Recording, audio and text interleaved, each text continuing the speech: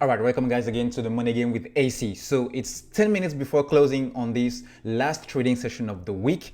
And as I am recording this video, the Nasdaq is up 200%. The S&P 500 is up 17, almost 18 points. And then the Dow Jones is down 200%. What? No, not 200%. No, 200 points. 200% would be crazy, right? It doesn't even make sense.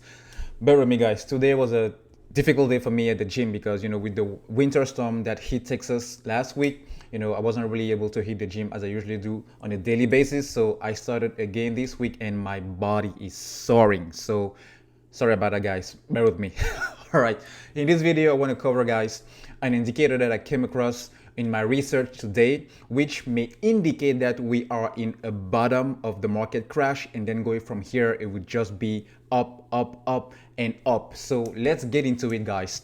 Now, the indicator is a research actually from Fundstrat. Fundstrat is an investment firm and the CFO is Tom Lee. So I tend to agree with almost all the analysis he does make. Reason why I think it's relevant for you guys to share that with you guys. So we have three scenarios. So the indicator is usually flashing when we have three or two scenarios happening at the same time. So first of all, we can have a soaring of interest volatility, interest rate volatility, which we saw, since this week with the 10-year bond, the 30-year bond hitting more than, exceeding the 1.5% for the 10-year bond, which is usually, a driver of stock market sell-off. So we have that scenario happening, and then that scenario usually is coupled with an extended 30-week rate of change, which we also saw, this week and increasingly the weeks before that, leading to what we saw this week with the bonds market. Now, whenever these two scenarios happen together, and it did happen in the past 3 times, June 24th, 2013, October 15, 2014, and then March 19, 2020. And then the last time this indicator happened, with this scenario happening the same time, was February 24th. So today is 26th. That was on Wednesday.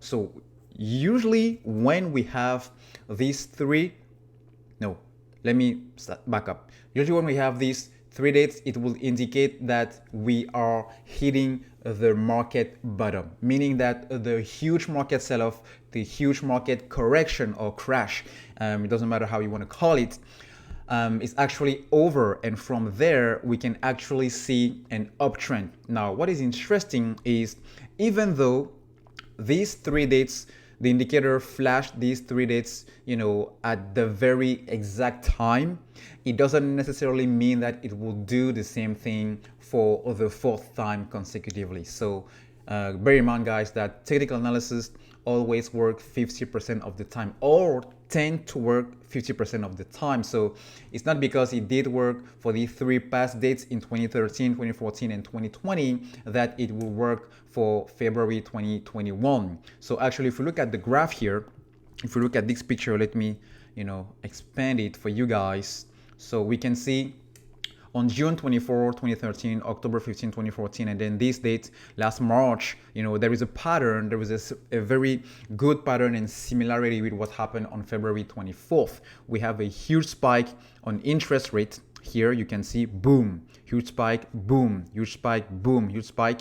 And then you also have a huge spike on the 30-week rate of change, which you see here, and you see here. So right here, and right here. And then right after that, look at the S&P 500, for example.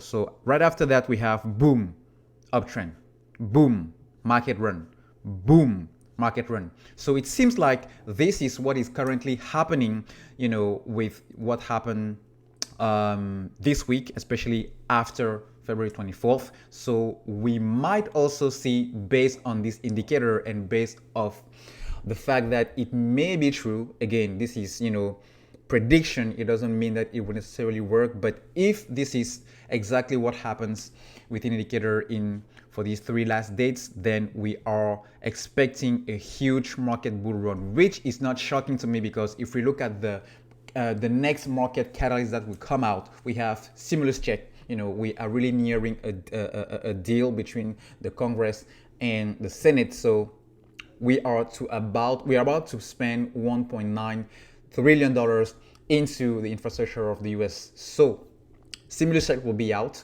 and people are saving a lot of money. People are sitting on cash. I mean, except those who lost their job, unfortunately. And then you have, March coming.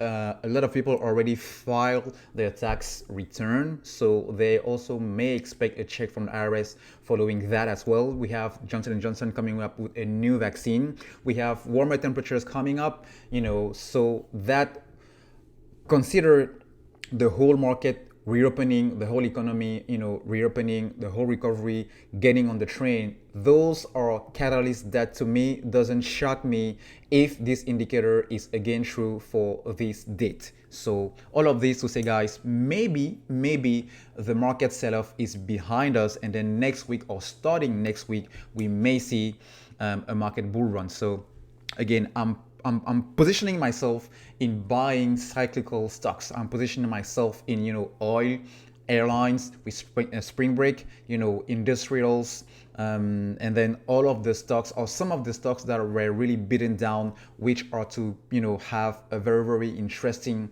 Q4 earnings, like NEO, for example. So this is what I am doing, and I wanted to share this with you guys. So let me know in the comment section if you are also anticipating buying some stocks in order to, trade the trend that we are about to have following this week. So it may happen this week. Next week. It may happen the week after that. So I'm not timing the market, but this is it, guys. All right. Thanks for watching. I will see you in the next video. Until then, take care.